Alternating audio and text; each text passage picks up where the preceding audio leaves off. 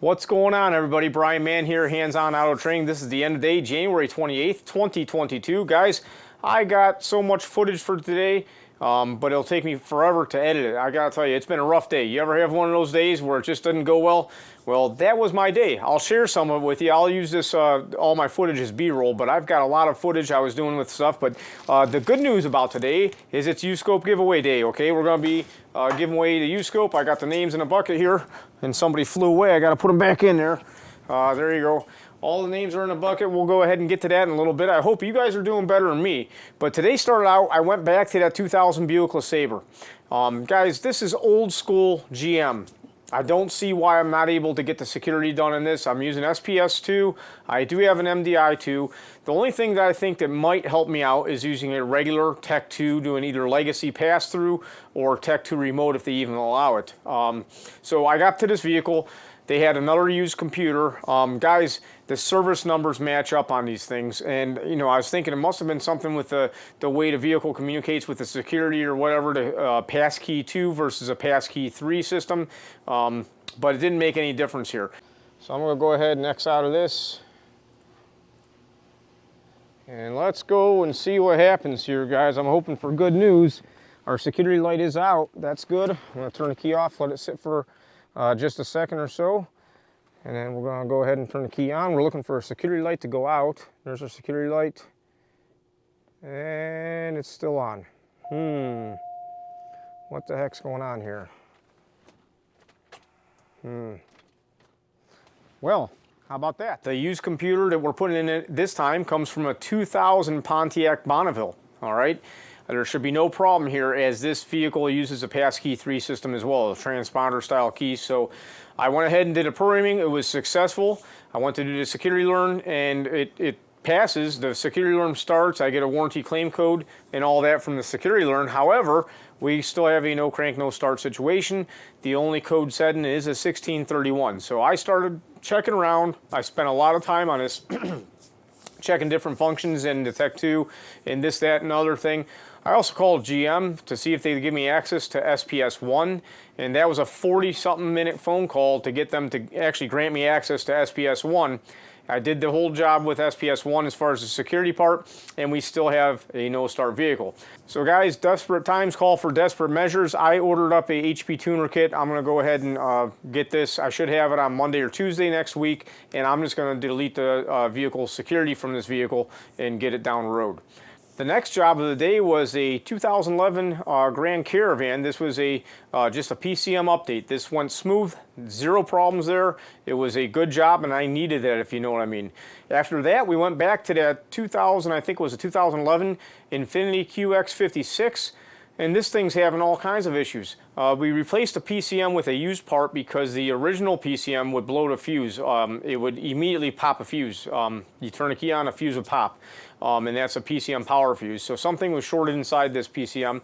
We got to use one in there. I rewrote the VIN, and I tried to do the security learn, PCM replace function, if you will, multiple times. It basically says you got to re-register the keys. For a while, I couldn't get the keys to register. Like, it wouldn't even acknowledge the key. And then the key started turning on, but we have a crank no start situation. This will run off starting fluid, so I know we have spark. Looking at different diagrams, I know it will. If I have spark, I know my ignition relay's got to be on to be able to fire the coils. The fuel pressure on the low side goes between 68 to 75 psi. When it's running off of starting fluid, it maintains about 68 psi sitting there cranking it. So I don't know what's going on. I don't understand the data PIDs I was looking at on the Autel. One thing I will tell you, I'm disappointed with myself. Listen here. I need to personally grow my ability with some Nissan stuff. It seems like every time I get Nissans and Infinitis, I can usually figure them out, but it takes me a long time, and I really get frustrated with the diagrams and stuff. My frustration today came because I was working outside. I was really cold, and on top of that, I was looking for a couple of fuses, but the wiring diagrams that I was using numbered the fuses. Very simple. Oh, here's fuse number 62, and it's a 15 amp fuse. Well, the diagrams on the under hood fuse block, you flip it up, they don't have any numbers. So I was kind of bummed out about that, and I got very frustrated, and I feel like I got beat up, if you know what I mean. So that happens sometimes when we're working on cars. You got to keep your chin up, keep on plugging away. I will get back there and check that thing out when I get time. The job after that was a easy one. This was a 2018 Chevy Equinox. We went ahead and updated the PCM on this. That went through no problem, and then once again, I needed an easy job today, so that worked out. So it's time for the uScope drawing giveaway. I'm going to shake up the names in a bucket. Let me just make sure these are shaken up real good here. And I want you guys to see that I'm not looking. I'm just going to grab a name out. And we have Bartolo R. Bartolo R, you are the winner of the uScope drawing giveaway this week. So congratulations, Bartolo. I will be reaching out to you via email, and I'm going to make sure that I get this uScope out to you. And you guys will, actually, I think this might be a customer of mine from a repair shop that's semi-local.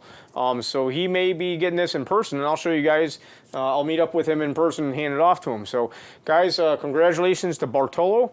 And I'm sorry about my long rant today and a lot of B-roll. I had a lot of footage, but it's just really, sometimes it gets frustrating. You're looking at what you're doing, you're like, oh man, I should have done this, I should have done that, I can do better. But here's the thing. I know Erico always says that if I can do it, you can do it. Well, that's exactly it. I am going to get better, and I'm going to keep on working to grow my skill set. Guys, just so you know, premium members, we have our meeting next Thursday, or should I say this coming Thursday, next week at 9 p.m. Eastern Standard Time. And speaking of growing skill set, I got a really interesting situation. I'm playing with a mass airflow sensor on the bench. We're going to be going ahead and talking about setting that up and learning about it. So premium members, be sure to check that out.